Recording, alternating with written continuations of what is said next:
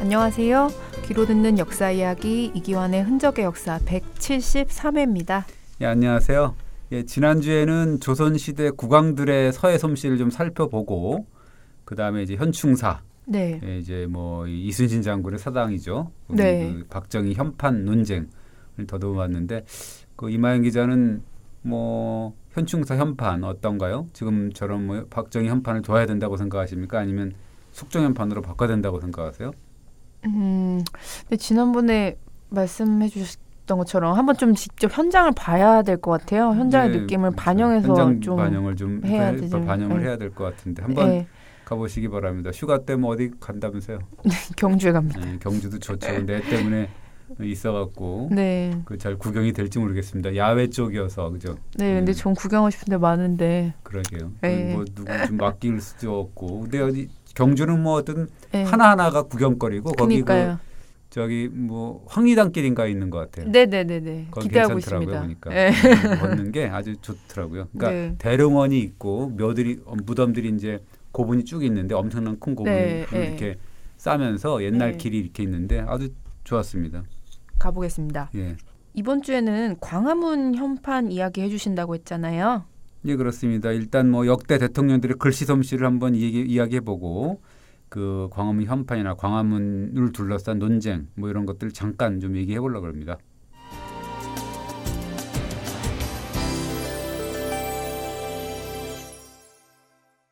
역대 대통령들도 글씨를 많이 남겼죠? 예, 뭐 글씨라는 거는 보통 보면 이제 금성문이라는 게 있고 네. 그다음에 현판, 그다음에 묵서라 그래서 이제 붓글씨 이렇게 우리가 한 거 있잖아요. 네네네. 그런 것들을 이제 꼽을 수가 있는 거죠. 그러니까 고고학 자료에서 금성문, 현판, 이 묵서 이런 것들을 당대 자료라고 보면서 중요하다고 보잖아요. 그렇습니다. 근데 이제 이 묵서 같은 경우는 시간이 지나면 이렇게 막 없어지고 그러기 때문에 네. 그렇다 손 치더라도 금성문이라든가 현판은 사실 남아 있잖아요. 그죠? 네. 그래서 이제 되게 중요한 거고 그 역대 대통령들도 이제 남겨놓은 글씨들이 제법 많더라고요. 일종의 뭐 임금 코스프레 한 게 아닌가 이런 생각도 좀 들 정도로. 네. 그래서 뭐 지난번에 잠깐 소개했지만 네. 현충사 뭐 이야기하면서 어떤 분이 인터뷰를 했어요. 종친회 쪽에서 인터뷰를 한 거 보면 네네네.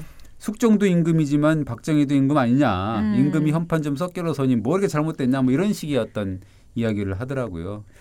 예, 임금이 아니라 대통령이죠. 큰일 날 소리였죠. 그러니까 말이죠. 네. 그럼 역대 대통령들은 얼마나 많은 글씨를 남겨놓은 거예요? 네, 뭐 금성문부터 보면은 이승만 대통령의 경우는 국부 병강 영세 자유해 갖고 1957년에 그 별장인 창원 진해에다가 이제 이렇게 그 새겨놓은 금성문이 있고 네. 평천하 지도라 해서 이제 나라를 다스리는 길은 뭐 이 다스리는 길의 도 뭐 이런 식으로 하는 건데 화진포 역사 안보 전시관 뭐 이런 게 돼 있어. 완전 이제 임금처럼 이렇게 했던 네. 것 같은데 옛날에는 아무래도 초대 대통령이고 박정희 대통령까지는 아무래도 좀 그 대통령 이미지도 있지만 임금 이미지도 약간 좀 있었던 것 같은 느낌이 들어요. 그렇죠. 저도 어릴 네. 때 좀 그런 느낌이 좀 들었었거든요. 네, 네, 네. 나라님 이런 개념이 약간 있었습니다. 네.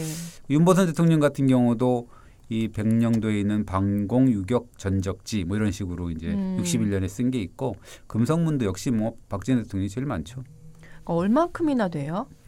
예, 이 박정희 대통령 같은 경우는 이제 경제개발 5개년 계획이라든지 뭐 고속도로 건설, 중화공업 육성 뭐 이런 국책 사업들을 많이 벌였잖아요. 그때마다 네. 이제 그 휘호 정치라고 해서 했죠. 뭐 한 1200점이다 뭐 이렇게 나오고 뭐 그렇습니다. 많다 그러는데요. 네. 이제 일일이 지난번에 어떤 그 연구에서 이렇게 일렬로 쭉 한 거 보니까 쓴 것만 해도 한 450여 점 되는 것 같은 느낌 뭐 이렇게 들더라고요. 그러니까 문화예술의 전당이라든지 국립중앙박물관이라든지 도서관이라든지 방송공사라든지 민속박물관이라든지 뭐 천호대교, 팔당대교, 1호 터널, 남산 네. 뭐 하여튼 많아요. 그러니까 무슨 뭐 호남 남해 고속도로 준공기념탑 뭐 이 현충탑, 충원탑 이런 것들 하여튼 뭐 등등등입니다. 네, 정말 많네요. 이게 집권 기간이 길어서인가요? 18년이었죠. 그렇죠. 네. 뭐 그렇게 할 수도 있지만 그럼에도 불구하고 많다는 거죠. 네. 그래서 이제 뭐 박정희 대통령뿐만 아니라 그 최규하, 전두환, 노태우 뭐 이런 분들도 있고 뭐 박근혜 전 대통령 거까지도 있더라고요. 그래요? 이건 잘 모르겠는데. 예, 그렇습니다. 최규하 전 대통령 같은 경우는 뭐 교육 입국이라는 뭐 희호가 있는데 네. 이게 이제 뭐 모교죠. 원주 초교. 70주년 기념 행사 휘호라 그러는 거고 그 전두환 전 대통령의 금성문은 뭐 이 황산대교라 그래서 이 부여군 연결다리 이 논산에서 부여군 연결다리가 있다는 거죠. 노태우는 뭐 에너지 자립의 터전 뭐 금성문 이런 것들이 좀 있습니다. 박근혜 것도 있는데요. 박근혜 대통령 것도 세종특별자치시청 뭐 이런 것들이 좀 있더라고요. 그럼 현판 글씨도 있어요? 뭐 현판이라는 게 이제 우리가 알지만 나무에다가 글씨나 문양을 새기는 거잖아요. 그 이승만 전 대통령의 경우는 청간정이라 그래서 관동 8경의 그 유형문화재 그 있고 세마대 그 오산의 독산산성 내에 있는 건데 권율 장군의 이야기가 전해져 있는 건데 권율 장군이 옛날에 뭐 흰말을 끌어다가 이 말을 뭐 씻기는 신용을 해가지고 왜군으로 하여금 저기가 지금 물이 많구나 물이 원래 없는데 네. 그런 식으로 어떤 속연 그런 전설이 좀 있는 세마대라는 게 있고 그것도 썼고요. 윤보선 전 대통령 같은 경우는 국태민안 해갖고 이제 그거는 뭐 당신의 그 선대 묘역 있고 거기다가 이렇게 쓴 게 있고 박정희 대통령은 뭐 뒤에 얘기할 수 있을 것 같고 현판의 경우도 보면 전두환 노태우 이 두 사람께들이 있더라고요. 어떤 거예요? 뭐 예를 들자면 뭐 전두환 노태우 최규 대통령부터 말하자면 선화당이라 그래서 이 경기 가명의 유형문화재가 있고 네. 뭐 이런 것들이 있습니다. 그리고 그 이승만 현판이 있는 곳에 마주해 가지고 또 뭐 설악과 동해가 마주하는 고루의 오르니 과연 관동에 빼어난 경치다라는 거 읊은 현판도 또 이 걸어 나왔더라고요. 이게 최규하 전 대통령이. 네. 그다음에 전두환 대통령 같은 경우는 뭐 삼각산의 문수동굴이라는 글씨 뭐 이런 건데 천년 동굴로 돼 있고 뭐 그렇습니다. 그 뭐 전두환 전 대통령 같은 경우는 백담사 유배 때 또 쓴 글씨가 있습니다. 극락보존이라 그래서 예전에 대웅전 편액을 떼어내고 거기다 교체를 했다는 거고 네. 노태우 전 대통령은 채화당사 현판을 썼는데 요거는 뭐 교환호 씨의 뭐 사형제 유패를 모신 교환호 씨가 뭐 이 노태우 전 대통령의 본관이잖아요. 그래서 이제 그래서 그걸 써놨던 것 같고 대구 동아사의 통일기원 대전이라는 현판도 썼습니다. 그 이명박 전 대통령 것도 있다면서요? 예, 이 뭐 말썽 많은 4대강 사업. 네. 그래서 이제 세종지구의 금강과 미호천이 만나는 뭐 그런데 합강정이라는 데 있거든요. 거기에 정자 현판도 뭐 썼다고 그러더라고요. 김대중 전 대통령 것도 있어요? 예, 있습니다. 뭐 있다 그러는데요. 김유신묘 사적 21호인데 거기 숙무전이라는 뭐 현판이 걸려 뭐 썼다 그럽니다. 근데요, 아무리 대통령이라고 해도 글씨를 좀 웬만큼 잘 써야 금성문이든 현판이든 쓰는 거 아니에요? 뭐 당연히 요즘 사람들보다는 잘 썼겠죠. 그럼 뭐 오래된 분일수록 서예 공부 좀 했을 거고 저도 뭐 이 초등학교 다니기 전에까지도 이렇게 서예 공부를 했고 서예를 굉장히 뭐 이렇게 서도라 그래갖고 많이 배웠잖아요. 그러니까 이승만 초대 대통령 같은 경우는 뭐 어렸을 때부터 한학을 배우고 서예를 접했겠죠. 그래서 가장 뛰어난 서예 실력이 아니냐 뭐 이런 평이 있습니다. 기계가 뛰어나고 기운이 응원하다 뭐 이런 평을 받고 윤보선 대통령 글씨는 제가 볼 때는 약간 못 썼더라고요. 아 그래요? 약간 소박하다는 느낌을 줄 수는 있는데 이렇게 막 아주 막 정교하게 썼다라는 느낌은 안 주고 좀 이렇게 질박하다는 느낌을 좀 받습니다. 박정희 전 대통령은요? 이 박정희 대통령 같은 경우는 대구 사범 시절부터 서예를 진짜 배웠습니다. 그리고 대통령 된 이후에도 이 소전 손재영이라는 분한테 사사했거든요. 그래서 뭐 이 손재영이라는 분 앞에서는 담배도 피우지 않을 정도로 아주 스승 대접을 했다는 거거든요. 네. 그래서 이 박정희 대통령 글씨 같은 경우는 군인 출신답게 굳세고 뭐 강하다 뭐 그런 평이 있더라고요. 근데 휘호하면 김영삼 전 대통령이 생각나는데요. 잘 알죠. 대도무문이라 그래가지고 뭐 유명하죠. 네. 되게 독창적인 글씨라고 하더라고요. 그리고 글씨를 크게 쓰는 대자서라고 하는데 그걸 즐겼다는 거고 역대 대통령으로는 유일하게 개인 서예전까지 할 정도로 뭐 그랬다 그럽니다. 김대중 전 대통령도 달필이었다는 얘기를 많이 들었어요. 그렇습니다. 투옥 시절에 독서와 서예로 보냈다 이런 건데 특히나 그 미국의 학자죠. 브루스 커밍스한테 써준 경천애인 이 표가 있는데 제가 봐도 하여튼 뭐 달필의 냄새가 아주 이렇게 일필 위주로 이렇게 잘 썼다라는 느낌을 줍니다. 그럼 조선시대 국왕하고 역대 대통령들의 솜씨를 비교해 보면 어때요? 뭐 제 글을 보면 뭐 블로그나 뭐 기사를 보면 사진이 있으니까 비교해 보면 알 것 같은데 차이는 나죠. 옛날에 그 3살 때부터 정말 그 이 배운 그 이 왕제 교육을 배웠던 국왕들이잖아요. 견줄 수는 없는 거고 그래도 이제 역대 대통령 같은 경우는 글씨를 통해서 어떻게 보면 통치자의 권위를 보이고 지도자로서의 어떤 정책과 이면을 나타내고자 그런 걸 이제 우리가 이른바 휘호 정치라고 네네. 하는 건데 아까도 얘기했지만 전두환 전 대통령 같은 경우도 유배 시절인데도 불구하고 뭐 백담사의 대웅전 현판을 떼어내고 자기가 쓴 극락보전 현판을 교체하는 그런 상황. 그다음에 네. 또 이명박 전 대통령 같은 경우도 뭐 4대강 사업을 했잖아요. 네. 강행을 했다고 할 수가 있는데 그걸 또 했다 그래가지고 뭐 이 합강정이라는 또 현판도 달고 뭐 이런 어떤 정치적인 행위도 했죠. 근데 문화재가 아닌 곳에 현판을 달면 좀 그래도 이해가 되는데요. 아무리 대통령이라지만 문화재 건물에다 자기 글씨를 남발하는 건 좀 문제가 있는 거 아니에요?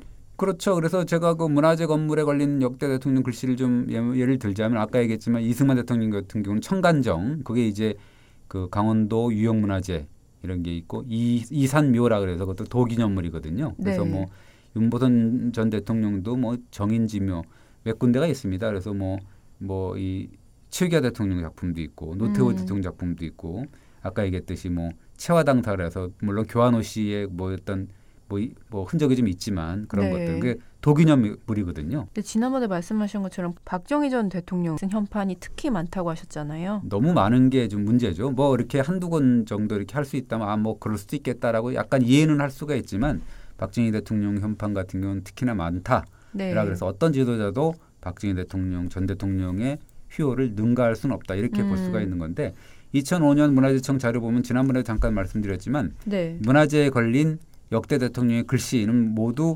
37곳 43건이었거든요. 근데 네. 박정희 대통령 글씨는 28곳 34건에 달했다 이런 거거든요. 어떤 것들이 있어요? 뭐 지금은 교체는 됐는데 뭐 우리가 좀 얘기하려고 하는 광화문 사적시 117호거든요. 거기하고 뭐 영릉 뭐 이런 게 있고 행주산성 뭐 윤봉길 의사 사적지 뭐 한산도 이충봉 유적지 뭐 네. 지난주에 얘기했던 현충사 뭐 이런 것들 뭐 이런 그 사적의 현판이 모두 박정희 전 대통령의 친필 현판이거든요. 그리고 이 율곡 이 선생의 유호지라고 하는데 저 화석정 네. 우리 동네에 있습니다. 파주에 있는 그것도 유형문화재인데 그다음에 오죽헌 뭐 이런 오죽헌. 것들까지 보물이거든요. 네. 다 포함이 돼 있죠. 아까 잠깐 얘기했지만 18년간 장기 집권한 탓 아닌가요? 뭐 그런 탓도 있겠죠. 근데 이제 이 박정희 전 대통령 같은 경우는 역대 누구보다도 서해를 통치에 활용한 지도자였다였음을 알 수 있습니다. 근데 그 중에서도 광화문 현판을 둘러싼 논쟁은 박정희 전 대통령의 글씨가 철거된 지금에도 계속되고 있다면서요? 예, 좀 질긴 인연이라고 악연이라고 해야 되겠죠. 뭐. 광화문이 이제 조선왕조의 정궁이라는 경복궁의 정문이잖아요. 네. 상징적인 의미가 커서 그런가요? 그래서 더욱 관심에 초점이 되는 것 같습니다. 광화문의 이름은 어떤 의미예요? 뭐 우리가 뭐 잘 알겠죠. 그러니까 정도전 그러니까 개국공신이죠. 예. 어떻게 보면 이제 조선을 설계했다라고 하는 그렇죠. 그런 분인데 네. 이 조선을 개국하면서 경복궁을 새로 지었거든요. 그러면서 막 각 이름 뭐 문 정각 다 지었어요. 그러니까 완전히 이분은 정말 천재이면서 정말 이게 진짜 뭐 알파의 오메가라고 볼 수가 있는 거죠. 그래서 네. 나중에 왕제의 난으로 해서 태종 이방원이 정도전을 죽이고 나서도 결국 정도전이 계획했던 어떤 그런 정책 이런 건 전부 다 답습을 하고 네. 계승을 하거든요. 그 정도로 하여튼 대단한 분인데 이 원래 이 광화문을 지으면서 그냥 정문이라고 했어요. 그 정문을 네. 이제 우리가 오문이라고도 하거든요. 그래서 궁궐의 남쪽에 있는 문이다라고 해서 이제 정문 오문이라고 했는데 그러면서 이 문의 의미를 이렇게 얘기했습니다. 닫아서는 이상한 말과 사특한 자들을 막고 열어서는 사방의 현인들을 불러들인다라는 의미를 말을 했어요. 근데 언제부터 광화문이 된 거예요? 여기서 또 이제 우리 또 이 망고의 성군인 세종대왕이 또 등장을 하거든요. 그래서 네. 1426년에 세종 8년인데 이 광화문이라는 이름을 이제 붙이면서 빛이 사방에 덮고 물론 뭐 지편전에 시켜갖고 했지만 네. 빛이 사방에 덮고 교화가 만방에 비친다. 광피사표 화금만방이라는 뜻에서 이제 우리가 광화문이라는 이름을 붙였죠. 근데 정말 세종대왕의 손길이 가지 않는 데가 없는 그렇습니다. 생각이. 뭐 세종대왕도 그렇고 예. 이 정도전도 그렇고 그래서 뭐 어떻게 보면 조선사에서 정말로 중요한 인물이다. 그리고 지금까지도 이제 영향을 끼치는 분들이 네. 아닌가 이런 생각이 들고 사실 그 광화문 이름은 아까도 얘기했지만 거룩하죠. 그러니까 빛이 사방에 덮고 교화가 만방에 비친다. 뭐 이런 네. 정말로 아주 그 거룩한 뜻이 있는데 그 팔자는 사실 기구했잖아요. 네. 임진왜란 때 홀랑 불탔는데 누가 불을 태웠는지 뭐 실록에는 뭐 이 실록이나 뭐 이 징비록을 보면 뭐 이 백성들이 불을 태웠다라는 얘기도 있지만 또 아니고 외적들이 와서 또 불을 네. 태웠다. 왜냐하면 외적을 따라온 군승이 그 승려가 되게 네. 아름다운 경복궁을 봤다라는 또 얘기가 있거든요. 그래서 굉장히 지금도 설이 분분한 부분이 있습니다. 어쨌든 홀랑 불탔거든요. 그 이후에 270년 이상 방치를 했다가 1865년 고종 때죠. 그래서 이제 중건이 되는 거죠. 그러면서 이 광화문도 과거의 모습을 찾는 거죠. 네. 그럼에도 불구하고 또 일제 강점기에 또 마구 회철이 되고 뭐 그런 상황이죠.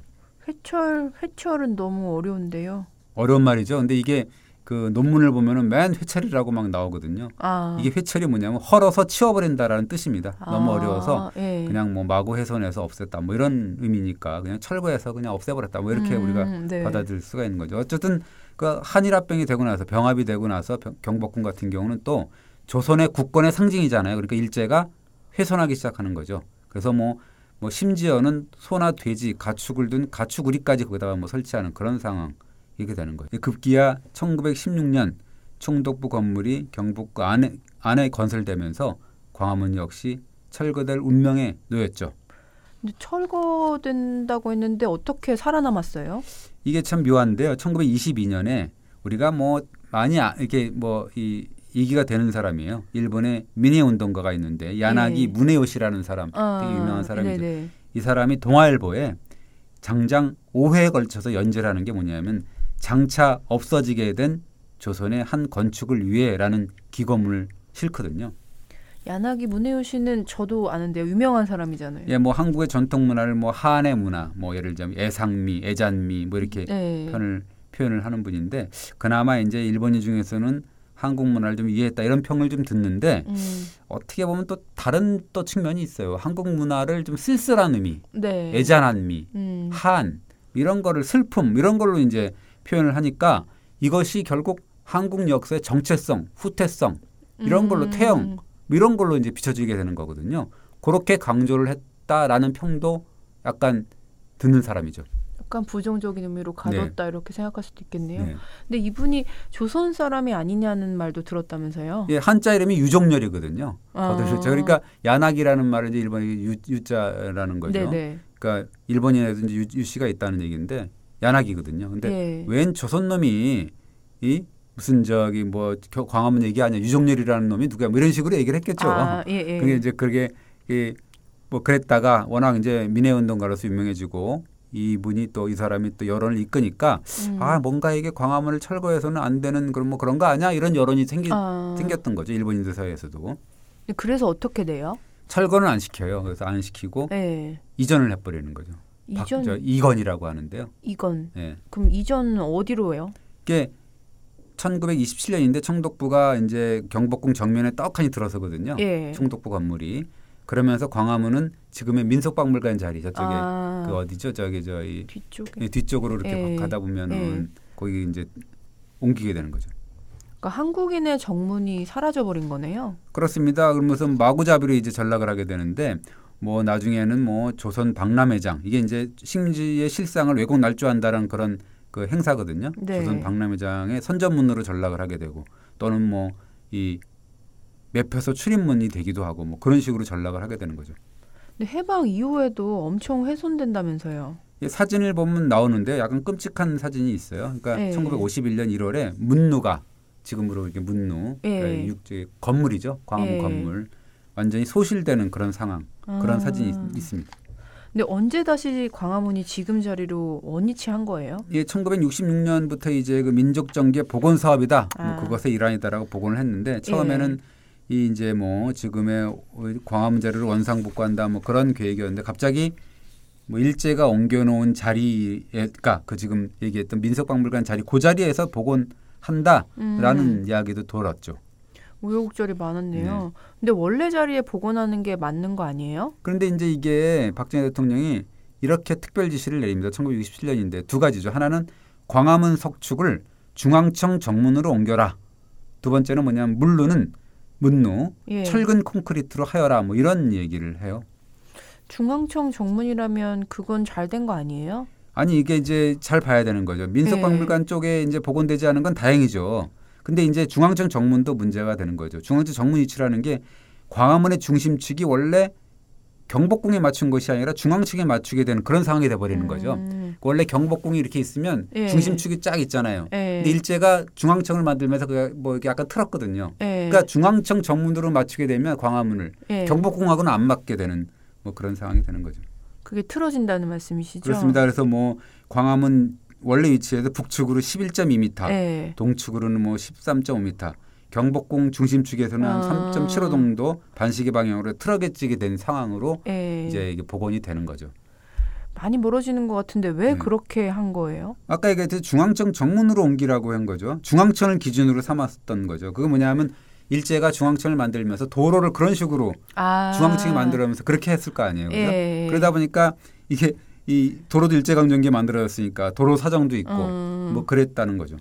그것도 참 문제네요. 네. 근데 왜 목조 건물이 또 철근 콘크리트로 바뀐 거예요? 왜 철근 콘크리트냐? 이게 예. 당시에 이제 근대화된 문화재의 복원 방식으로 이게 철근 콘크리트를 굉장히 첨단으로 쳤던 것 같아요. 그래서 뭐 문화재가 영구 보존을 해야 된다. 예. 그런 목조가 아니라 철근으로 하는 게 최고다. 목조는 불도 타면서 휘어지기도 네네. 하고 뭐 지나면 뭐 썩기도 하고 그러잖아요. 예. 그렇다라는 걸 한 거죠. 그래서 이 박정희 대통령이 그 당시에 그 얘기를 하면서 철근 콘크리트로 이렇게 거창한 우리 건축을 재현한 것은 건축계 혁명이다라고까지 얘기를 했어요.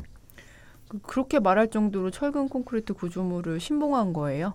뭐 그랬나 봐요. 그러니까 사실 목조로 지으면 공사 기간도 좀 길어져서 한 3년 정도 예상이 되는데 예. 철근 콘크리트는 뭐 한 9개월 정도면 되고 그러면서 수명도 100년 대계 1000년 수명이라고 막 했거든요. 네. 맹신이라고 볼 수가 있는 거죠. 그래서 어떻게 보면 그것도 빨리라는 어떤 그다음에 뭐 영구성 뭐 이런 거를 따졌던 박정희 시대의 어떤 근대화의 산물이 아닌가 뭐 그런 생각이 듭니다. 근데 문화재는 원형인데 네. 본래 위치도 아니고 건물도 철근으로 짓고 이건 완전히 원형을 잃은 거 아니에요? 그 당시에는 이제 최첨단 문화재 보존 방식이라고 이제 한 건데 반대도 뭐 엄청났죠. 근데 네. 이제 강행을 했다는 건데 박정희 대통령이 지시를 내리는 것 중에 하나가 조속한 시일 내에 완성하라 이런 거거든요. 빨리죠. 네. 어떻게 보면 문화재 가치가 가장 중요한 게 진정성과 완전성이거든요. 네. 근데 그런 것들을 다 잃은 거죠. 그렇네요. 그 대통령의 지시 한마디면 끝나는 시대여서 그랬나 봐요. 근데 지금도 사실은 좀 마찬가지인 부분이 있어요. 대통령 중심제다 보니까 한마디가 그렇죠. 곧 네. 법이 되고 뭐 네. 그런 거죠. 그러니까 정리하자 그러면 박정희 시대의 광화문 복원 이런 것은 뭐냐 하면 복원됐지만 그 역사성은 상당 부분 잃었다. 본래 자리도 아니고 그다음에 또 중심축도 틀어졌고 그다음에 대통령 한마디에 콘크리트 철근으로 바뀌고 네. 뭐 그래서 아주 줄곧 논란의 대상이 됐었던 거죠. 근데 광화문을 복원 수리한 내역을 기록한 광화문 상량문에 매우 의미심장한 내용이 보인다면서요? 보통 그 뭘 세우면 건축물을 세우면 거기에 뭐 왜 세웠는지 예. 뭐 어떻게 했는지라는 그 기록을 남기거든요. 예. 그걸 광화문 뭐 중건 중창 상량문이라고 하는 건데 거기에 의미심장한 구절이 보입니다. 박정희 대통령의 영도 아래 국방 유신의 대업이 진행되고 민족의 주체의식이 높아져가는 이 시운에 대통령의 뜻을 받들어 우는 뭐 이런 얘기를 쓰거든요. 어떤 구절이 의미심장하다는 거예요? 유신이라는 말이 나오잖아요. 국방 유신. 그렇죠. 그러니까 이 유신 국방 유신이 뭐냐? 국방, 그러니까 옛날 그 이 방역이죠. 강역이라고 할 수가 있는 건데 예. 그 누구 어느 나라를 얘기하냐면 주나라거든요. 그러니까 주나라가 우리가 얘기하는 정말 여기 성인이 이 성인 정치의 어떤 대표 네. 성인 정치는 아니지만 어쨌든간에 아주 잘 다스려진 나라가 이제 주나라거든요. 그러니까 주나라는 오래되었지만 천명은 참으로 새롭다라는 시경에 등장하는 구절이죠. 그래서 어떻게 보면 거기 그 이 상량문을 보면 대통령의 영도력, 네. 유신, 민족의 주체의식 뭐 이런 그 지금으로 따지면 약간 모골이 송연해지는 어떤 그런 구절이 나옵니다. 그래서 그럼 4년 뒤에 1972년 공포한 10월 유신의 조짐이 바로 이 광화문 복원 상량문에서 보인다고 볼 수 있을까요? 그렇게 우리가 생각할 수 있지 않을까. 저도 이제 뭐 이런 상량문을 보니까 그런 느낌이 좀 들었어요. 저 갑자기 소름 끼쳤어요. 그래도 늦었지만 광화문을 비롯한 경복궁은 원형을 제대로 찾게 됐잖아요. 예, 뭐 나중에 이제 다시 그나마 사진 자료가 좀 많이 남아 있었고 실직 도면이 뭐 있었으니까 네. 본체는 그나마 이제 재복원을 한 거죠. 2010년 정도 이렇게 네. 복원했으니까 천만다행이라고 볼 수가 있는 거죠. 그러니까 정말 불행 중 다행이네요. 그러나 광화문 현판은 아직 해결하지 못한 그런 부분이 있는 거죠. 광화문 현판은 원래 누구 작품이었어요? 이게 잘 알다시피 그 1866년인데 당시에 그러니까 원래 현판을 쓰는 거는 임금이 쓰는 게 아니라 지난번에도 얘기했지만 임금이 이 지정을 해갖고 어떤 사람이 네네. 쓰라고 하는 거거든요. 근데 그 임태영이라는 훈련대장을 시켰습니다. 그래서 그 사람이 쓴 건데 한국 전쟁 때 물루가 이제 불탔다 그랬잖아요. 포격을 맞았는지 뭐했는지 네. 소실됐거든요. 그래서 1968년 복원 당시에는 처음에는 그 한문체인 광화문을 이제 그 하기로 한 거죠. 근데 그랬던 현판이 언제 한글로 바뀐 거예요? 아마도 그게 중간에 바뀌었는데요. 그러니까 이 공사 과정에서 이 박정희 대통령이 가로쓰기 한글체 네. 광화문으로 둔갑한 것이 확실한 게 아니냐 이렇게 보여지는 것이 1968년에 3월 15일 날 당시에 정일권 국무총리가 그 광화문 복원 기공식장에 참석을 하는데요. 거기 사진을 보면 광화문 투시도가 나와 있거든요. 네. 그 투시도가 뭐냐면 이 세우는 건물의 이해를 돕기 위해서 설계 내용이라든가 뭐 계획 같은 거를 모두 반영한 그림이 있거든요. 네. 거기 보면 현판 글씨가 한자로 돼 있거든요. 중간에 바뀌었다는 거죠? 그런 것 같다는 거죠. 왜 박정희 전 대통령은 원래 한자 광화문 글씨를 두고 한글 광화문으로 바꿨을까요? 강임산이라는 젊은 연구자가 있는데 예. 이렇게 연구를 했더라고요. 그 당시에 그 1968년이 박정희 대통령이 역점을 두고 추진했던 게 정책이 있는데 한글 전용화 정책이었다는 거예요. 그런 분석이 1968년이 바로 한글 전용화 정책 5개년 계획의 원년이었다라고 분석을 하더라고요. 글씨는 잘 쓴 건가요? 나름 저명한 서예가한테 배운 솜씨니까 잘 썼다라는 얘기를 많이 하죠. 예. 그러니까 박정희 대통령 글씨가 나쁜 글씨는 아니다라고 얘기를 합니다. 그런데 예. 이런 일화도 전설처럼 돌거든요. 그 현판식에 참석한 서예가이자 정치인이 있는데 윤재술이라는 분이 있거든요. 예. 그분이 현판 글씨를 그러니까 딱 이렇게 가림막으로 이렇게 있다가 가림막이 딱 벗겨지면서 현판 글씨가 딱 나올 거 아니에요. 현판식이니까. 그걸 딱 보더니 아니 어떤 놈이 저걸 글씨라고 썼어 하는데 옆에서 누가 쿡쿡 찌르고 대통령이라고 그러니까 싹 쿡쿡 찌르니까 그래도 뼈대 하나는 살아있네라고 순간적으로 이제 재치를 부려주면서 위기를 넘겼다라는 정말로 전설 같은 이야기인데 어디 출처가 있는 게 아니라 어느 책에 보니까 그렇게 소개가 돼 있더라고요. 그게 지금 돌고 도는가 봐요. 그렇죠. 그러니까 이게 그런 얘기를 들어서 그런지 박정희 전 당시 대통령도 글씨가 마음에 들지 않는다라고 해서 다시 이듬해 현판 글씨를 다시 썼다고 그래서 걸었다 그럽니다. 근데 어쨌든 우여곡절 끝에 다시 한자 광화문으로 바뀌었잖아요. 그렇습니다. 그래서 2010년에 복원할 때 아까 얘기했던 훈련대장 임태영 글씨를 복원한 그 한자 광화문을 거꾸로 쓴 그 문화강 현판을 걸었죠. 근데 이것도 이제 또 다른 논란이 또 계속되는 거죠. 최근에 나온 색깔 논쟁인가요? 그렇습니다. 흰색 바탕에 검은색 글씨로 이제 복원을 했거든요. 네. 그게 어쩐지 좀 이상하다는 지적이 계속 잇따랐다는 거예요. 저는 잘 몰랐는데 지금 신경을 안 써갖고 그래서 이제 그럼에도 불구하고 문화재청에서는 옛날 흑백 사진을 보면 검은색 글씨가 맞다. 흰색 바탕이고 검은색 글씨다라고 이제 고집을 좀 피웠다 그럽니다. 뭐가 잘못됐어요?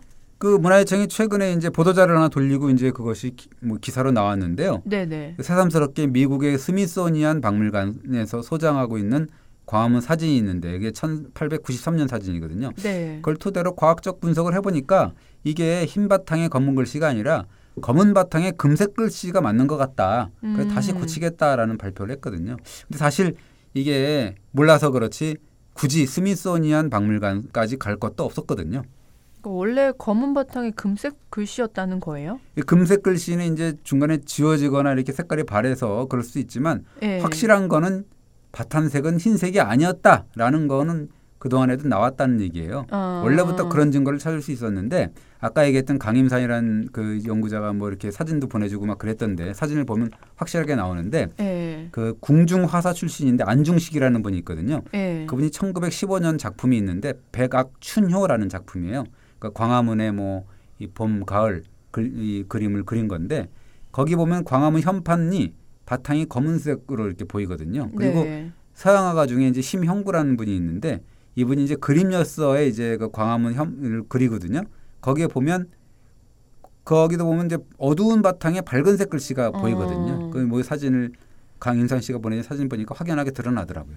그럼 부실 복원이 맞네요. 뭐 뒤늦게나마 그래도 잘못을 인정하고 과학적 분석을 하니 많이 하고 어쨌든 그러니까 다행이죠. 그래서 이번에야말로 정말 똑같은 잘못을 반복하지 말고 보건자복의 이제 작업에 이제 만전을 기해 주는 게 그것이 이제 그동안의 실수를 좀 만회하는 길이 아닌가 그런 생각이 들면서 광화문과 광화문 현판 논란은 이제 좀 끝났으면 되지 않나 이런 생각이 좀 들면서 이번 주 마치겠습니다. 감사합니다. 고맙습니다.